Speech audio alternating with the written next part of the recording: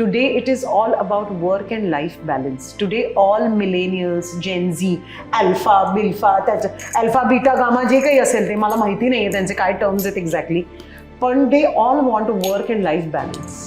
पण असा खरंच असतो का बॅलन्स? हो, मला तरी असं, it is up to you, it is really up to you. पण टुडे आय अंडरस्टँड, टुडे मी and my sister, we are in our late 30s, we discuss.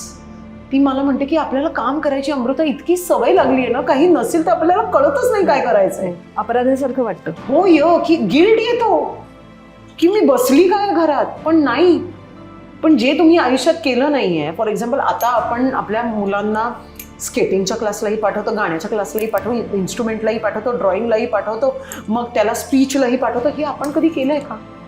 मग ते आत्ता करा. बट हे वर्क अँड लाईफ बॅलन्स तुम्हाला आज नाही तर उद्या नाही तर परवा आणावाच लागेल.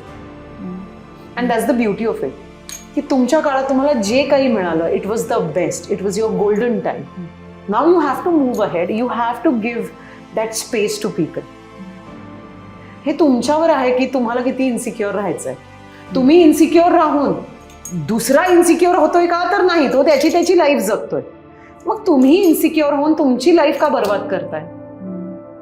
आणि मी असं नाही म्हणत की आत्ता तर म्हणजे मला हे प्राप्त झालं आणि आता मी इन्सिक्युअर होणारच नाही, संत झालोय आपण. नाही, असं नाहीये. मी इन्सिक्युअर होऊच शकते, अगदीच होऊ शकते, पण ते जेव्हा होईन तेव्हा होईन. आता काय त्याच्याबद्दल विचार करायचा आहे?